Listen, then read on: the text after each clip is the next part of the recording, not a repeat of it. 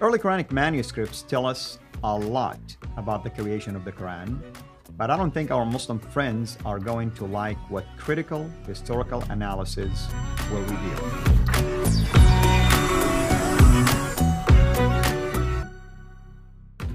Since we are talking about this book, Creating the Quran, by Stephen Shoemaker, and since he alludes to some of the Quranic manuscripts, we thought it will be appropriate for our audience to cover these early manuscripts one show at a time to give you more in-depth backgrounds about them.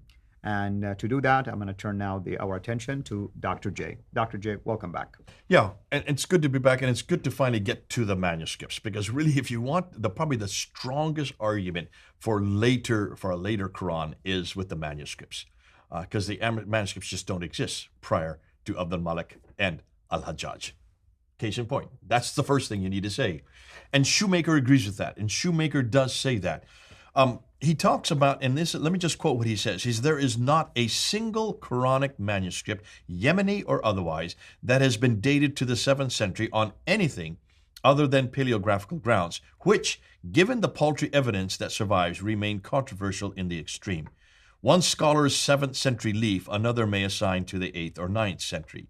And even if this manuscript truly is from the end of the 7th century, its witness remains a far cry from establishing the traditional account of Quranic origins, or, for that matter, its collection and editing. So he's very clear that even those that possibly can be attributed to the 7th century, like with radiocarbon dating, he's going to shut down radiocarbon dating. We're going to get to that. Wait to see what he has to say about that. He's probably done the best job I've ever seen of working with the radiocarbon dating and seeing what the scholars are really saying about that dating. But that's for later. We're going to get to that in the future episodes. François Doroche is the man who you need to go to for manuscript evidence. He is the world authority on the manuscript evidence. He is the one that has cataloged the dates for the different manuscripts, and everybody goes to him just because he's way ahead of the game, and because of the fact that this has been his forte. He's from France. He's there in Paris. He is at the Bibliothèque Nationale de Paris there in Paris, and so he was the one that really controls this manuscript that I have here. I'm going to put it to when I get to it. That's the Petropolitanus, which is the BNF. Yeah. Uh-huh. So he says this: when looking at the transcription of the Codex Parisino Petropolitanus, this one here, we're going to get to it, one sees that this copy, as well as those which belong to these chronological strata of the transmission, are unable to prevent what the Uthmanic condition was supposed to achieve. That is, no variation in the Quranic text. There's all kinds of variations, and that's why he's saying this is not going to support what the Muslims have been saying, and certainly is not going to support what those from the Noldeki-Shwali camp have been saying, that Uthman codified it and there's not been any change since that period from the 652. No, the manuscripts are going to shut that down real quick. That's why we need to get to the manuscripts. So what manuscripts are we talking about? Let's go to the slides, and let's start with the first one, the first two that you see here. So on the left here, you see the Topkapi. The Topkapi is probably the most famous. That's it. This is it right here. So I've got it right here. This is the Topkapi, folks. Right. You're looking at it, okay? Yeah. You can't get this anymore. This costs an awful lot of money. It cost me over £400 when I bought it. It's now out of print. This has cost thousands. And basically what people see is a facsimile copy of the actual manuscript, and it's transcribed down at the bottom. And why is it transcribed at the bottom? Well, because you cannot read it really unless you know how to read manuscripts. There are no dots. There are no vowels. Now, I lie. There are a few dots. And you'll see there's a dot here, there's a dot here, there's a few dots in each page. But they're in a different color, which suggests they were put in at a later date. And many scholars will tell you this, yes, that sometimes they will come back and add it just to help with the reading. You'll see medallion. There's a medallion here, and you can see sometimes the medallion are squished in at a later date. There's no any room for them. Those are versification. So they've tried to versify this one, but you can see over it sometimes it's even hard to read because they've not really kept care of this. This is the one that's in the Topkapi Museum. We'll get to that. We'll come to that in time. So that is the Al-Musaf al-Sharif, known as the Topkapi. The other one over here is the Samarkand. We're going to get into this. We're going to unpack it. We're going to show you some of the problems with it, and we're going to actually quote from Al-Takulich and Ekenmen and Sanad, the two scholars who have worked at all of these 6 manuscripts. These are the 6 major ones. So those are the first 2. We have also this is the one that I know the best because it's right there in London. You can go down to the Red Black Gallery there in the British Library, And you can actually see this. Usually it's there for you to see, but obviously sometimes it's so famous that it's been sent all over the world. And we're going to unpack that, look at it. That's there in London, England. And this is the one that Desroches controls. He doesn't own it, obviously, but he is the one that has done the most work on it, known as the Petropolitanus there in the Bibliothèque Nationale in Paris, in France. So that's number 3 and 4. Number 5 and number 6 would be the Al-Huzayni manuscript, which is in Cairo. You can see it's a monumental text. It is enormous. And the bigger it is, the later it is.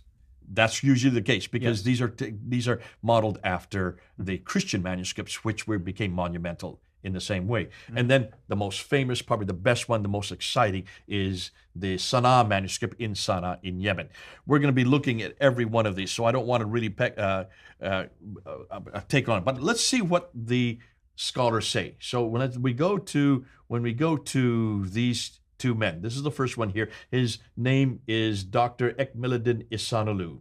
He's there in Turkey. He's founding director general of IRSISA from 1980 to 2004, secretary general of the organization of the Islamic Conference of Research Center. He's more of a political figure more than a scholar. The scholar is this man here. His name is Dr. Tahir Altukulic.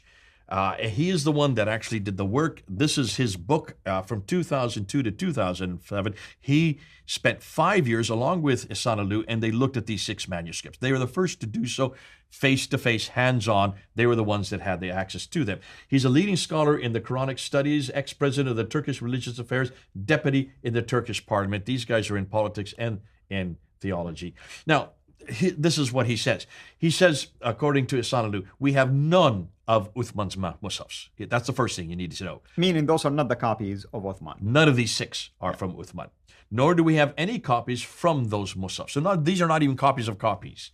These mushafs date from the later Umayyad period. That means the 8th century, because the Umayyad period goes from 661 to 749. And that's the time of Abdul Malik, at least. Abdul Malik and Al-Hajjaj. That's You're right. going to see all of these date from that after, except for one. Which makes sense. If it started at that time, we're finding manuscripts from that time. That's why. Dr. Altukulic says, no serious scholarly work has been done on them until we did. We're the first ones to do any serious scholarly work on it. These mushafs date from the early to mid 8th century, he says. They are not Uthmanic, nor copies said by him. We're going to start with the Topkapi, and that's the one we're going to go with next. So let's close this one out, and then we're going to start and go back to the Topkapi, which is coming up. And that's basically what we're going to do, as I promised. This is an overview, and we're going to take them one manuscript at a time. And that's extremely important, by the way, because these manuscripts have a lot of answers concerning what we call Abdul Malik al-Hajjaj paradigm, or the later development of the Quran. Thank you, Dr. J. Thank you, everyone. This is Al-Fadi. God bless. Thank you for watching this video. Be sure to like and subscribe to our channel, Sira International, and click on the bell so that you receive notifications whenever we publish a new video or go live. I would also like to appeal to you to consider becoming a Patreon patron by clicking the link right below. By doing so, you can give towards the production of these videos. There are also other options for you where you can give to our channel. I thank you from the bottom of my heart.